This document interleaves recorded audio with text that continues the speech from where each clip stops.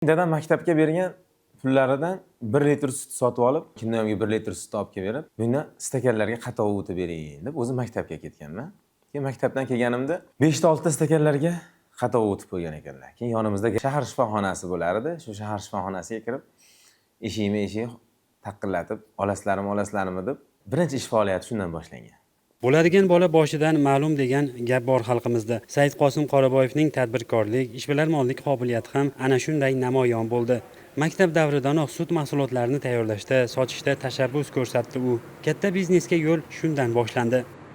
Yurganda yo'l ochiladi degandek, 1 litrdan boshlangan mahsulot bir kunda 3, 4, 5 litrga qarab chiqishni boshladi. O'z-o'zidan mahsulot ortishni boshladi. Keyin xonadonlarga yurib sotish boshlandi. Bitta xonadonga boramiz, kimdir tuvoriga oladi.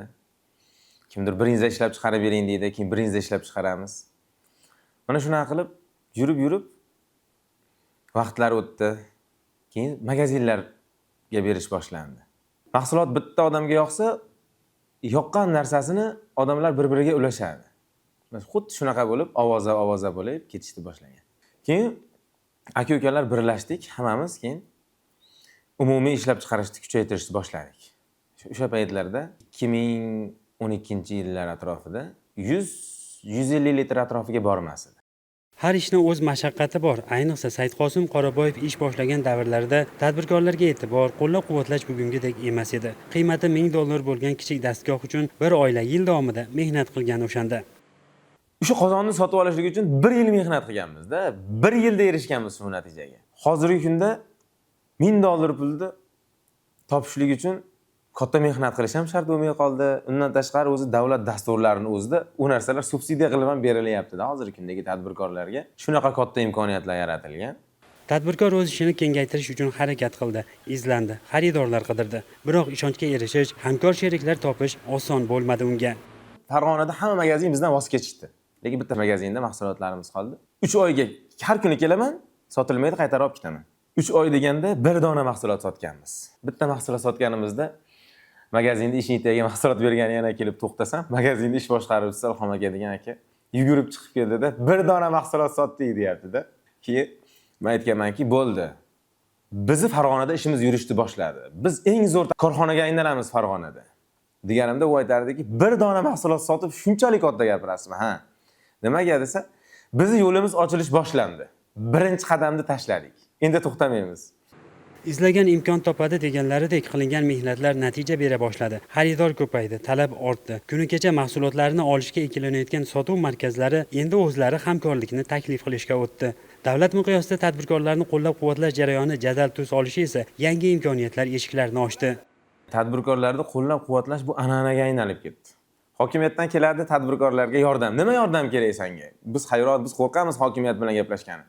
Nimaga desa, biz uchun ular umuman boshqa dunyo bo'lganda bir paytlar. Keyin tadbirkorlarga shunaqa yordam berishlik uchun mana muhtaram prezidentimiz tomonidan dasturlar, loyihalar ishlab chiqildi. Agentliklar tashkillandi. Shunaqa qilib tadbirkorlarni qo'llab-quvvatlash boshlandi. Tadbirkor yaratilayotgan qulayliklardan zavq-u shavqqa to'lib olg'a intilmoqda. Yangi tashabbus va loyihalarga qo'l urmoqda dadillik bilan. 2020-yilda Qo'qon erkin iqtisodiy zonasida joy olib qurilish qilishni boshladik. 1 yilda qurib bitkizdik. 18 oyda bitdi. Sanoat zonaga kelishligimiz bilan biz xuddi qafasda turgan qush ozodlikka chiqsa qanaqa parvoz qiladi? Xuddi shunaqa biz sanoat zonada tadbirkorlar uchun shunaqa keng imkoniyatlar yaratilgan ediki, biz u tadbirkorlarga yaratilgan imkoniyatlarning barchasidan foydalandik va hozirgacha to'g'ri foydalanib kelyapmiz.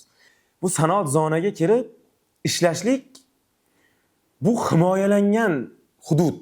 Tadbirkorlarning har taraflama himoyalangan hudud. Yer solig'i yo'q, mulk solig'i yo'q. Mahsulotingizni agar import qilib, keyin eksport qilaman deydigan bo'lsangiz, olib kiryapti turganda ham boji yo'q, olib chiqib ketyapti turganda ham boji yo'q. Shunaqa katta imkoniyatlar yaratildi bu sanoat zonalarida. Umumiy birinchi 5 yilligimiz deylik, mana oxirgi 10 yillikdagi 5 yilligimizda biz 10 karra rivojlangan bo'lsak, keyingi 5 yillikda biz o'sha 500 litrdan 40 tonnaga erishligimiz uchun buni hisoblaydigan bo'lsak, bu umumiy hisoblaganda 80 karraga o'sdi-da mahsulot sotuv. Bu bitta biz korxonada emas. Bu hamma korxonalarda shunaqa bo'lyapti hozirgi kunda. Tadbirkorda qo'li pul ko'rsa nima qiladi? U albatta yana tadbirkorlikka sarflaydi deb yana bitta zavod qurishni boshladik. 2023-yilda boshlab 2025-yilda mustaqilligiga bitkazganmiz-da. Mana hozirgi kunga kelib 300 tadan oshiq xodim ishlaydi. Andijon, Namangan, Farg'ona viloyatlarini tabiiy sut mahsulotlar bilan ta'minlab kelamiz. 100 ta xonadonda kooperatsiya tashkilladik. Chorva kooperatsiyasi. Bu chorva kooperatsiyasiga har bir oila tadbirkor dasturidan moliyalashtirildi. 100 ta xonadonga bir yilda samaradorligi shunaqa darajaga yetdiki, biz mahallaga yig'adigan punkt qurdik. Laboratoriya qurdik. Mahallaga yemxona qurdik. Birjadan sotib olgan yemlarimizni sotib olgan narximizda aholiga berdik. Aholi mehnat qiladi, sutni biz sotib olamiz. Mana endi hozir zo'r natija berganligidan biz buni Uchko'prik va Furqat tumanlarida 1000 tadan xonadonda kooperatsiya qilmoqchimiz. Mana shu 35 yilligimizga bag'ishlab yana 3-korxonamizni ochishni rejalashtiryapmiz. Bu qadoqlangan sut. Bu bir kunda 120 tonna sut qayta ishlaydigan zavod qurmoqchimiz. Prezidentimiz bilan tadbirkorlarning an'anaga aylanib borayotgan uchrashuvlari har yili ishbilarmonlar tomonidan katta qiziqish va umid bilan kutiladi. Zero bu muloqotda ilgari suriladigan tashabbuslar va belgilanadigan ustuvor vazifalar tadbirkorlikni qo'llab-quvvatlash, yangi imkoniyatlar yaratish hamda biznesni yanada rivojlantirish uchun muhim asos bo'lib xizmat qiladi. Qanaqa yangiliklar bo'ladi? Saidqosim Qoraboyev avgust oyida o'tishi kutilayotgan bu galgi uchrashuvdan ham katta natijalar umid qilayotganini ta'kidlar ekan, ishlab chiqarish hajmini kengaytirish va jahon bozorida munosib o'rin egallashi uchun yanada ulkan marralarni ko'zlayotganini ma'lum qildi.